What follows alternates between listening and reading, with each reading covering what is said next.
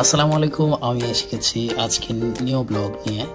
আজকের দিনটি আসলে আমি শুরু করতে একটু লেট হয়ে গেছে, কারণ আমার পার্সোনালি একটু কাজ ছিল, তো একটু বাইরে গেলাম।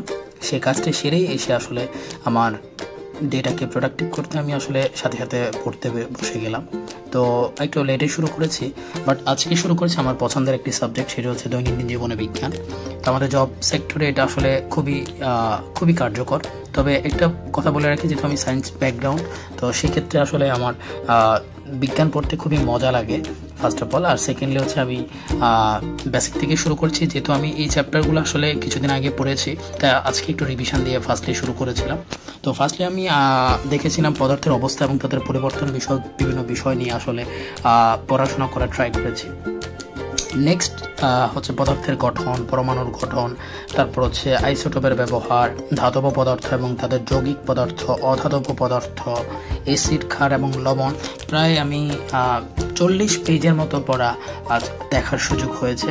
তো এখানে আসলে সবটা আসলে ভিডিও করে রাখা পসিবল হয় না, তো আমি যতটুকু পেরেছি পড়ার ফাঁকে ফাঁকে একটু করে ভিডিও করে নিয়েছি আপনাদের জন্য। ইন্সপায়ারের জন্যই মূলত আসলে আমি কতটুকু পড়াশোনা করেছি। তো আসলে আমি বিজ্ঞানটাকে এখন নোট করছি না, যেহেতু আমার অনেকগুলো নোট একসাথে চলমান রয়েছে, সেক্ষেত্রে আসলে বিজ্ঞানটা আসলে নোট করছি না। আগে আমার প্ল্যান হচ্ছে একবার করে পুরোটা বই একবার রিভিশন করে ফেলার, একবার পড়ে ফেলার, তারপর হচ্ছে আমি আবার শুরু থেকে আবার যখন পড়বো তখন হচ্ছে আমি করবো। তবে এখন হচ্ছে ইম্পর্টেন্ট লাইনগুলো আমি দাগিয়ে ফেলার ট্রাই করছি। আর কিছু এমসিকিউ দেওয়া আছে, সেগুলো আমি যখন একসাথে যেগুলো আমার মনে থাকবে আর ভোলার পসিবিলিটি নেই, সেগুলোকে আমি হচ্ছে টিক দিয়ে দিয়েছি। আর যেগুলো হচ্ছে আমার মনে হচ্ছে যে একটু ডাউট হচ্ছে বা ভুলে যাওয়ার পসিবিলিটি রয়েছে বা একসাথে আমি পারবো না, সেগুলো হচ্ছে আমি সাথে সাথে ক্রস দিয়ে রেখেছি, যাতে আমি আবার রিভিশনের ক্ষেত্রে এগুলোকে আবার পড়ে নিতে পারি। লাস্টে হচ্ছে আমি এখানে চেষ্টা করেছি যতটুকু আসলে মনোযোগ দিয়ে পড়া যায়। তারপরে আমার প্রোডাক্টিভ বেতে আমার আরেকটি সাবজেক্ট অ্যাড করেছি আজকে, আবার বাংলা একটু পড়েছি। আমার সাহিত্য বিষয়ে খুব ইন্টারেস্ট, তো সেই ক্ষেত্রে আসলে বাংলা সাহিত্যের যে 34তম বিসিএস, সেটি আজকে আমি সলভ করার ট্রাই করেছি। মোটামুটি 34তম বিসিএসে সেখানেও সিমিলার আমি দেখেছি বিখ্যাত কবিদের রাইটিং পার্টগুলো খুবই, মানে গল্পগুলো থেকে, কবির রচনাগুলো থেকে, তারপর হচ্ছে কিছু পত্রিকার সম্পাদক কারা হয়েছিলেন, তারপর হচ্ছে সেখান থেকে দেখেছি।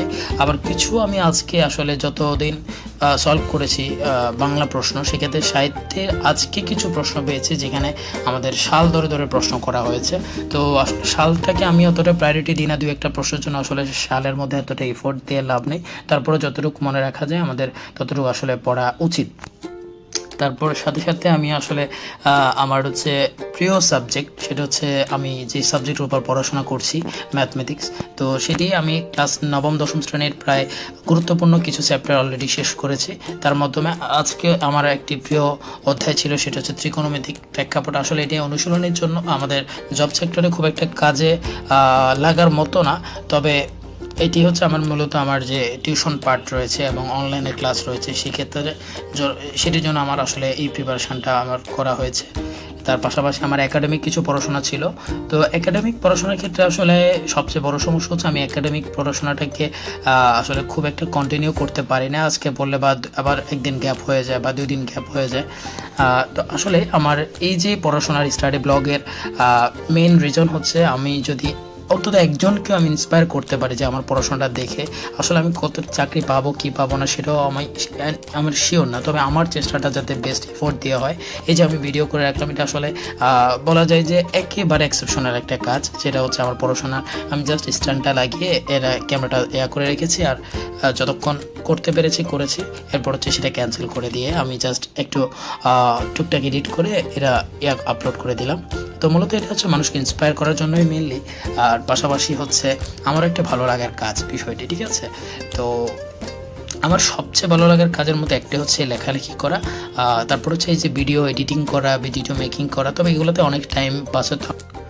তো আমার এই যে নিজস্ব টাইমটা আমি এই কাজটির জন্য রেখেছি, আসলে এটা আমার শখের কাজ। আমি যখন বিরতি নিই তখন আমি এই কাজটাতে মানে সময়টা দিয়ে দিই, যাতে করে আরও একটা কারণ আছে, যখন আমি বারবার ফেসবুক স্ক্রল না করে বিভিন্ন আজে বাজে ভিডিও না দেখে আমি যদি এটাকে একটি কাজে ব্যবহার করি বা প্রফেশনালি কাজটা করার ট্রাই করি, তাহলে কিন্তু বন্ধ হয় না।